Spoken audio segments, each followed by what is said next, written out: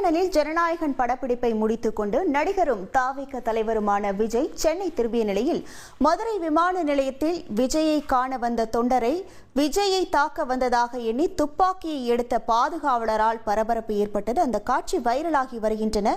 அதனை முதலில் பார்ப்போம். இது தொடர்பான முழு விவரங்களோடு இணைகிறார் நமது செய்தியாளர் சத்யகுமார். வணக்கம் சத்யகுமார், இந்த சம்பவம் தொடர்பான முழு விவரங்கள்.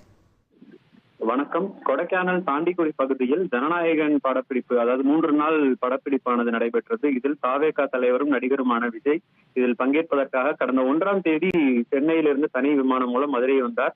அப்போது மதுரை விமான நிலையத்தில் அவரை காண ஆயிரக்கணக்கான தாவேகா தொண்டர்கள் மற்றும் ரசிகர்கள் கூடியதால் பரபரப்பு ஏற்பட்டது.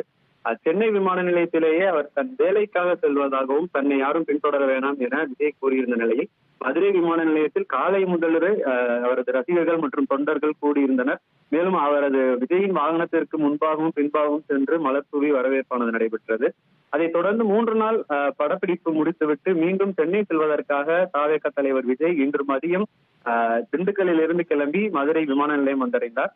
அப்போது தாவேகா தொண்டர்கள் ரசிகர்களுக்கு அவர்களுக்கு விஜய் அறிவுறுத்தலின் பேரில் விமான நிலையத்திற்கு யாரும் வரவில்லை. அந்த வந்த சிலரும் விமான நிலைய வளாகத்திற்குள்ளேயே காவலர்கள் அனுமதிக்காதால் ஏமாற்றத்துடன் திரும்பி சென்றனர். இந்த நிலையில் மதுரை விமான நிலையம் வந்த தாவேகா தலைவர் விஜய் வரும்போது திடீரென அவரை பார்க்க கையில் சால்வையுடன் தொண்டர் ஒருவர் அருகே வந்தார். இதை பார்த்த அவரது பாதுகாவலர் ஒருவர் அவரை விஜயை தாக்க வந்தார் என எண்ணி அவர் கையில் வைத்திருந்த துப்பாக்கியை எடுத்து அவரை நோக்கி நீட்டிய காட்சிகள் தற்போது வைரலாகி வருகிறது. விஜயை தாக்க வந்ததாக நினைத்து இந்த பாதுகாவலர் துப்பாக்கி எடுத்த சம்பவம் தற்போது பெரும் சர்ச்சையையும் ஏற்படுத்தியுள்ளது.